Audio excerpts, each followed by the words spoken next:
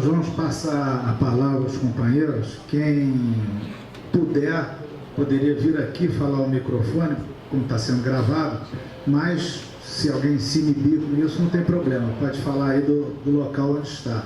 Eu queria só antes agradecer a presença de algumas pessoas, não necessariamente tricolores, mas companheiros de esquerda, como o Enio Costadella, chefe de gabinete do deputado Gilberto Palmares, que passou aqui mais cedo, o companheiro Orlando Guilhom, da operativa da Frente Brasil Popular, a companheira Lícia Nick, do movimento Mulheres de Arquibancada da Comuna Rubro-Negra.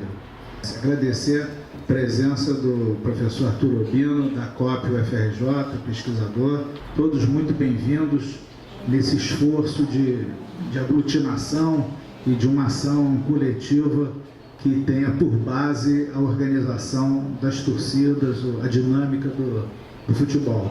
Bom, está aberta a palavra. Acho que o Fagner colocou bastante coisa aí, assim, bastante instigante, e vamos superar as inibições e dialogar com ele. Eu não tenho tanto uma pergunta, quero me colocar aqui também no ponto de interrogação, né, tentando ainda entender essa questão de como trazer um cara que está sendo excluído da festa, do estádio, do modo de torcer, né, e que não percebe isso, né, e para piorar, ele ainda criminaliza certos movimentos como o nosso, que poderiam estar do lado dele, enriquecendo o debate e trazendo ele de volta para o estádio. Ou seja, esse para mim é o grande X da questão do futebol das massas, né, que é talvez justamente a alienação das massas perante a sua própria condição de excluído, né? A massa que sobrou, né, cara? Eu acho que esse, na verdade, é o grande gargalo não dos tricolores de esquerda. Eu acho que, na verdade, é o grande gargalo dos de esquerda. Isso que você falou foi muito pertinente. Ouviu o que ele quer, o que ele pensa. E aí eu fico pensando, né, que muitas vezes nossos movimentos coletivos e nós de esquerda fazemos, como eu vi muita gente fazendo com os caminhoneiros na semana passada, muita gente também faz com os próprios torcedores organizados. Eu estou falando de intelectuais de esquerda que discutem a questão do futebol, discutem a elitização, mas desconsideram completamente o torcedor organizado, né? Por que a gente, em vez da gente criminalizar esse cara, esse torcedor, esse caminhoneiro, por que a gente não dialoga e tenta cooptar ele para o nosso lado, né? Porque como eu vou repetir, é muita pretensão querer que o torcedor organizado, que tem uma péssima condição de trabalho, muitos deles, né, que moram em condições precárias, né, que tem um serviço de educação precário, tem um serviço de saúde precário, né? É muita pretensão minha querer que esse cara chegue, né, queira uma revolução, queira uma transformação social, ou queira uma transformação social pela esquerda, né? É muita pretensão minha exigir isso desse cara, exigir isso desse torcedor. Lembrar o seguinte, uma das iniciativas, a gente constrói comitês de base nos bairros, nas comunidades, nos municípios. Eu tenho viajado no estado do Rio, agora eu estou responsável lá pela região serrana e tal. E a gente constrói também comitês setoriais. E tem um comitê que a gente construiu, que ora se reúne, ora se desreúne, desorganiza, que é o Torcedores pela Democracia, que é quando a gente junta esses vários coletivos de esquerda das várias torcidas organizadas. Nós tivemos já algumas, ao longo dessa trajetória, várias iniciativas e atividades dentro e fora do Maracanã, do Engenhão, do São Januário, etc. E aí, nós estamos nesse exato momento construindo no Brasil inteiro uma proposta muito interessante, muito ousada, muito doida também, que chama-se Congresso do Povo Brasileiro. Eu tenho participado ativamente disso. Essas 80 entidades nacionais estão envolvidas nesse processo. Cada um de nós tem feito a nossa parte. Nós estamos construindo espaços de debate, diálogo, reflexão com a população. Então, a minha proposta que eu comecei a desenhar aqui, meio doida, com o Bernardo, vamos tentar juntar todos esses coletivos de esquerda dos diferentes clubes, nesse coletivo grandão que a gente chama de Torcedores da Democracia, e tentar fazer um debate, chamar figuras como, eu acho que topariam fazer, uma questão de agenda, mas a gente pode ir atrás do Afonsinho, ir atrás do Juca Kfouri, chamar uma das reuniões nacionais que eu fui, da Frente Brasil Popular, encontrei o presidente da Anatorg, que eu nem sabia que existia. Aí sentei junto, comecei a conversar com ele, me passou uma série de informações e tal. Chamar a gente da Anatorg, eu acho que a gente pode fazer uma mesa de debate que pode chamar muita gente, né, num local que caiba bastante gente, para a gente fazer uma etapa do Congresso do Povo Brasileiro, do coletivo Torcedores pela Democracia, com as reflexões do esporte e a política, do futebol e a política, e dar a nossa contribuição enquanto cidadãos que somos amantes de futebol, amantes do esporte de uma forma geral, para a construção de um projeto de Brasil melhor, de um projeto de Brasil mais democrático, mais igualitário, mais socialista, etc. O mês da Copa do Mundo, e mesmo depois da Copa do Mundo, fazendo interlocução com o período eleitoral, trazer para o período eleitoral também um debate sobre a questão do futebol, do esporte, da relação entre política e esporte, até porque essa relação sempre existiu, e existiu pelo viés mais perverso, que é da forma como a direita e o fascismo sempre se apropriou dessa ideologia de massas, de massificação e de despolitização do nosso povo. Vamos tentar aprender com eles, fazer com um sinal invertido. Vamos dialogar com o nosso povão, sem ter medo de dialogar com eles, vir para a porta dos estados, mas vamos com posição política, vamos com conteúdo. Né? Nós temos condição de fazer vídeos, fazer áudios, fazer panfletos, fazer faixas e tal, que chamem, a faixa maravilhosa dessa. Isso aí deve ser se abrisse num estádio de futebol, na porta do Maraca, na porta do Engenhão e tal, isso causa um furor. Então eu acho que a gente tem que começar a ocupar esses espaços públicos e a fazer disputa de narrativa na área do futebol, do esporte, como eu acho que alguns de nós têm que fazer na área da religião, também, que é outro fenômeno de massas que a esquerda sempre renegou a última instância, porque acha que a religião é o ópio do povo, e aí as igrejas pentecostais, conservadoras, graçam nas comunidades pobres, a gente não sabe por quê. Obrigado. Bom, eu não sei se alguém mais vai falar agora, mas que eu queria complementar o que o companheiro falou. Muito boa essa proposta, justamente porque até foi uma questão que eu não falei, mas essa disputa de narrativa, na verdade, ela existe, sempre existiu, a gente está perdendo no momento, né? Mas ela está muito forte aí do ponto de vista da direita, no sentido de que a Globo, por exemplo, que é uma organização que muito me interessa, até porque eu sou jornalista, né? Falo muito sobre ela, sempre negativamente, óbvio. Mas a Globo faz questão, né? A cada 2, 3 meses aí, sempre tem um figurão, alguém ligado ao esporte, que dá declarações do ponto de vista de que futebol e política não se misturam.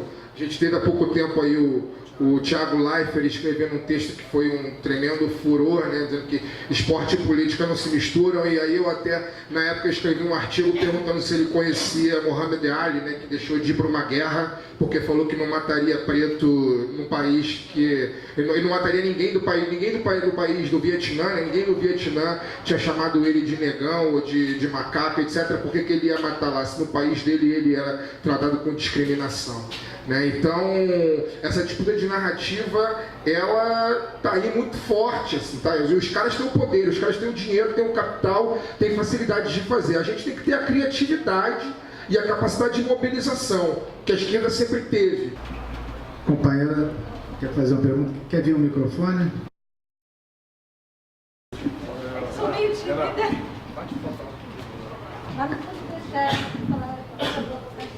Boa noite, meu nome é Glícia, saudações rubro-negras.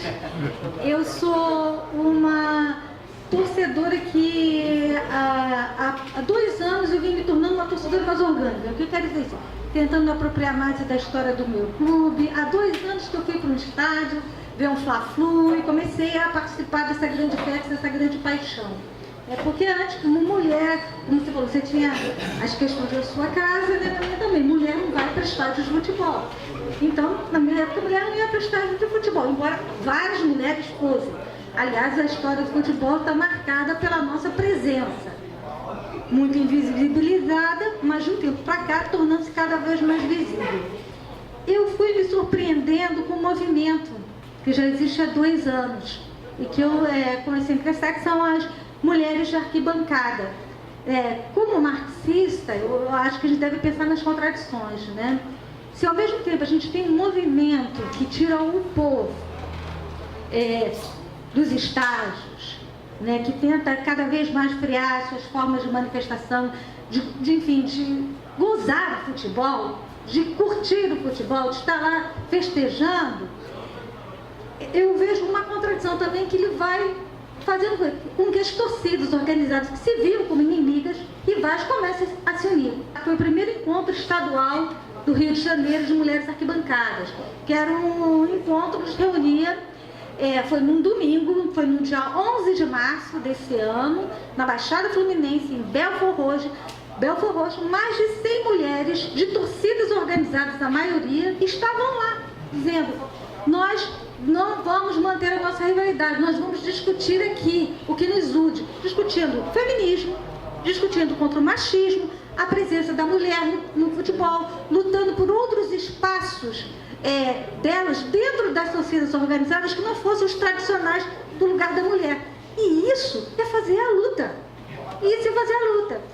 E eu me ingressei muito, né? Estou até com a camisa, a gente está organizando inclusive o 2º encontro nacional de mulheres organizadas, mulheres de arquibancada, que vai, deixa eu pegar minha colinha aqui, que vai ser em Fortaleza, no dia 11 de agosto, né? E nós já temos até agora 600 inscrições no Brasil inteiro. 600 inscrições de mulheres que querem participar, que querem não só discutir o futebol, mas como garantir esse futebol, a sua presença lá, entendendo que essa elitização do futebol atinge principalmente as mulheres, porque nós podemos ser a maioria numérica, mas nós somos a minoria política. E isso atinge concretamente elas, as torcidas. Então eu acho que é fundamental as tricolores de esquerda estarem presentes também. O que aplica aqui nós torcedores com o futebol? É que o nosso torcedor hoje, ele tem a televisão numa mão. Ele pode ver o seu jogo de qualquer lugar, a qualquer momento, quando ele quiser. Isso é um fenômeno. Aí a gente fica reclamando, mas não vai ao estádio, se esbracear. O fato é que é um custo mensal que ele paga da sua smartphone. Isso não é só uma classe média alta, né? É todo. Aí é que é a discussão. Porque chegar perto das pessoas olhando para trás, eu acho que é um erro. A gente tem que chegar olhando para frente, entendendo o que eles estão avançando, e às vezes a gente é surpreendido pelo pessoal mais jovem, com a capacidade que eles têm de enxergar coisas e até de se comunicar que a gente não tem. Infelizmente, muito segmentados. Infelizmente, sem visão global. Essa é a grande característica desse processo. Mas a gente tem que atentar para isso. Então, que nossa reflexão, de todos os movimentos que fizemos torcedores, é entender que, primeiro, talvez o grande público hoje, o grande instrumento do jogo não é a televisão, é o celular que está na mão deles. Depois, que a forma como eles interagem com essa máquina e como eles interagem com ser torcedor, não quer dizer que não tenha emoção. Até a discussão da emoção hoje começa a ter um formato diferente. Quem é psicanalista, o psiquiatra sabe muito bem o que eu estou falando. Nenhum psicanalista hoje começa uma sessão com os jovens se não sentar na mesa e botar o celular ligado no Facebook. Pergunta qualquer psicanalista começa por aí. Então, há uma mudanças fortes. E isso acontece no futebol também. Por que o estádio virar arenas e tudo isso? Lógico, porque houve a visão do capital, do mercado. Mais que isso, o modo de comunicação também mudou. Então, não vamos ficar só na variável do mercado. Há um modo de comunicação que mudou. Então, o problema é mais um pouco dessa. Agora, por outro lado, o smartphone pode ser um grande instrumento para a gente de penetrar pessoas e começar a discutir a consciência delas, como elas devem se comportar. Então, tem que trabalhar com essa, não digo dicotomia, mas uma relação contraditória que pode ajudar a gente. É só refletir sobre isso. Todos os debates que está fazendo, a gente tem muito atentado com essa questão. Obrigado. Obrigado.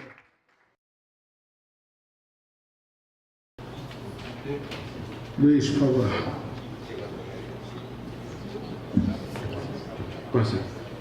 Boa noite a todas e todos. Eu sou Luiz Amorim, sou gestor esportivo por formação. Depois da virada do século, a TV começou a colocar na casa de todo mundo, a TV tinha canais só de esporte. Né? Foi o início da TV por assinatura no nosso país, que canais específicos de futebol, com futebol 24 horas, e levando essa coisa toda hora. E essas mesmas emissoras, elas tinham em mente que aquele produto precisava ser trabalhado, né, para que viesse a dar o retorno esperado. E aí o que elas fizeram? Elas aproveitaram os seus contratos com os clubes, né, e aí começaram a adoçar os clubes, a oferecer dinheiro. Era estranho porque, mesmo na época a TV não passava os jogos, os contratos já eram assinados. Né? Quer dizer, ele pagava o direito de transmissão sem transmitir. E isso foi feito também com a questão da mídia do celular.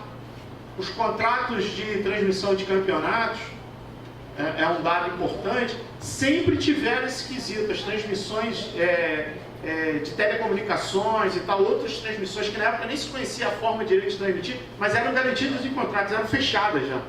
O monopólio já era garantido em todas as áreas. Eles querem que a coisa seja assim, o torcedor vai assistir no boteco, que também todo mundo tem assinatura de pay-per-view nos botecos para passar para o povão, e quem tem na sua casa assistir em casa também. Quer dizer, no estádio vai quem pode pagar, quem pode consumir, quem tem ticket médio alto, porque não basta comprar um ingresso caro.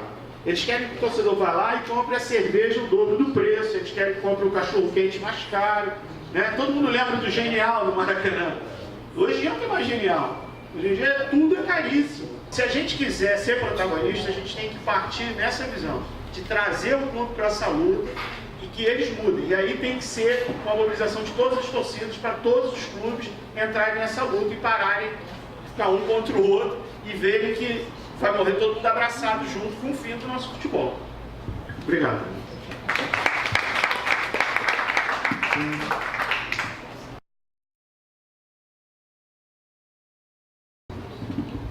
Boa noite. É uma pergunta. Meu nome é Ramon. Pode ser